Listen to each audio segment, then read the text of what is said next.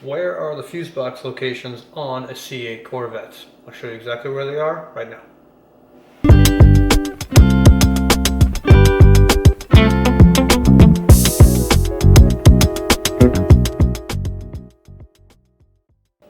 Okay, so if you're anything like me, as soon as you get a new car, you want to get it home and immediately you want to start fiddling around with it, seeing where everything is and the basic locations of simple things that you might have to access sooner or later at some point. One of the things that kind of threw me off a little bit and took me a second or two to kind of figure out was where exactly the fuse box locations are on this car. If you have a 2020 or newer C8 Corvette, you'll come to find that the fuse box locations are in kind of a little bit of weird places. They're not easily accessible, but they're not very, very hard to get to either. But I'm going to show you how to get to both of them right now relatively easily. Okay, so the first one I'm going to show you is what would be the equivalent of the instrument panel junction block that you would normally find, say, underneath your dash or by your glove box or something like that. Now, this is going to be the interior one that you would normally find. It's going to have whatever fuse is going to be kind of related to more like the actual body of the car and so on and so forth. Then you're going to have the equivalent of the underhood junction block, which is normally located in the engine bay, which of course you'd find more things that will be more related to mechanicals or mechanical things of nature, you know. So the first one is actually going to be still near the glove box, but it's going to be actually behind the glove box. Okay, so the first one, like I said, is going to be behind the glove box. So to get to it, obviously open up your glove box and you're going to see it a little bit. It's going to be in this space behind here. You'll be able to see it right there. It's kind of hard to pick up on camera, but you see, if I come in a little bit right there, you can kind of see it right there a little bit.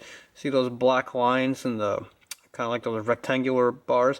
That's the cover for it. You'll see it a lot easier in a second when I get it off and take a look at you, but that's where it is located. So the first place you're going to look is to the side of the glove box. And when you open it down, you're going to see this little clip right here that has like a little piston and rod connected to it. There's a little circle that kind of clips around it, and you're going to have to unclip that. So the first thing you want to do is get that unhooked, and that's going to allow you to get the glove box out otherwise. So best thing to do is if you have a tool, you're going to have a hard time just fiddling with it with your hands. But if you have a tool and you know, a pair of pliers or something like that, you're going to go in and just take those little clips, squeeze them together. And I'm trying to do this one-handed here. And once you squeeze them together, you'll be able to get it off. See if I can get a better view here. So just squeeze them together and then get behind it and push it off. Okay? And you'll kind of see it a little bit better here in a second. So once you have it off, that will be free. You see it's going to kind of push off like that. So once you have that off, you can push it forward, off to the side, move it off, and it's free.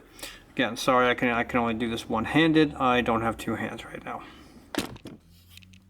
Now the next thing you're going to want to do, as silly as it sounds, is empty your glove box. Because as soon as you take off these last two clips, or the last two things that are holding it in, the glove box is going to flop down a little bit. Now you'll see a little bit right there. There's these little tabs that go down to the channel that hold it in. There's one on each side. All you got to do is just take a little pry tool, an interior pry tool or whatever you have, and just kind of lift it up a little bit, pry it back, and just work it out. You are going to have to force it a little bit, not a big deal, but it will come. Okay. Get that side. Now sometimes when you unclick one side, the other side wants to pop back in, so it can be a little bit of a pain. You got to work it a little bit, but again, it will come.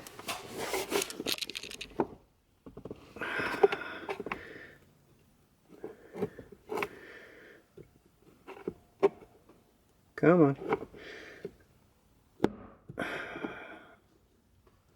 All right.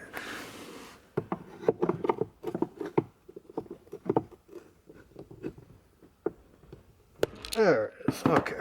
So, you'll see them a little bit. It's these things right here. So, these little tabs are going to sit in those channels right there. So you just got to pop them out of there. But then once you get down, it goes down out of the way. And here is your glove box, or your fuse box, excuse me. Go back there, there's a little tab right there. Pull that back, and there it is. And all your stuff is labeled underneath here too on the cover, just like anything else, so it tells you exactly what everything is. But that is going to be your instrument panel fuse box, or the equivalent of. So put it back together. Now the other fuse box is what's going to be the equivalent of the underhood junction fuse box, is going to be actually behind this panel right here. So to get to that, you got to pop this piece out and you got to pop this piece out. You generally don't need any tools to do it, but it helps if you have a tiny little small flathead screwdriver and if you have an interior trim panel tool. So show you what I mean with that. So first thing you're going to do is come up here to the speaker grill. There's 4 clips, 1, 2, 3, 4. If you've watched any of my other videos about the video I did with the whole center console removal, you'll see this as well too. But for here, let's go ahead and pop the 2 in the front out. Okay, and then this one, and then the other one comes out too. Be a little careful if it's the first time you've ever taken them out, because they are going to be a lot harder to remove. And there's your clips, 1, 2, 3, 4. Now, once you have this out, now you got to pop this piece out. And again, relatively simple. There's only 2 electrical connectors and 4 clips, but I'll show you how to do it. You got 1, 2, 3, 4 clips, and then there's an electrical connector here. And if you have the wireless charging pad, you've got another one down here. So, grab the plastic, give it a good little yank. Okay, and it'll come out.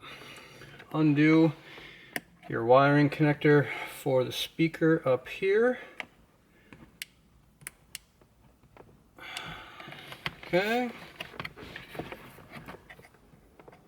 There's a little red tab, just slide that tab back and then you'll feel the little gray clip in the back to do it.